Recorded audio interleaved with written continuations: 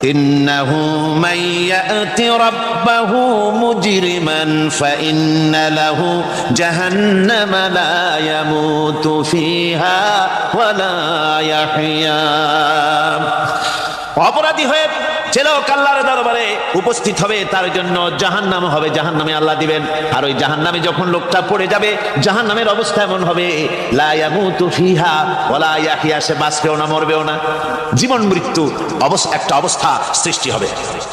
ওই জাহান্নামে নারুল্লাহিল মুকাদাতুল্লাতী তাত্তালিউ আলাল আফইদা, জাহান্নামের প্রচন্ড আওয়াজ, এই আগুন উৎক্ষিপ্ত হয়ে তাদের কলিজা পর্যন্ত, অন্তর পর্যন্ত স্পর্শ করবে এই আগুনের তাপ।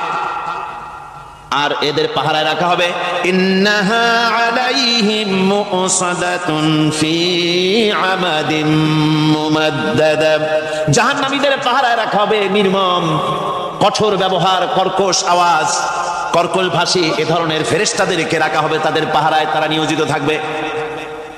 আল্লাহ রাব্বুল আলামিন বলেন, ও দুনিয়ার মানুষ, ইয়া আইয়ুহাল্লাযীনা আমানু ও আনফুসাকুম ওয়া আহলিকুম নারা, ও ঈমানদারেরা, আল্লাহর তো দয়া বেশি বান্দার জন্য। বান্দার উপরে দয়া কার সবচেয়ে বেশি? সবচেয়ে বেশি দয়া হলো বান্দার উপরে আল্লাহ। আল্লাহ চান না যে সে জাহান্নামে যাক, কঠিন জায়গা জাহান্নাম। আল্লাহ বলেন, ও মুমিনেরা, তুমি নিজে আর তোমার পরিবারবর্গকে জাহান্নামের আগুন থেকে রক্ষা করো, আগুন থেকে রক্ষা করো, জাহান্নামের রাস্তা থেকে তাদের ফিরাও। ওই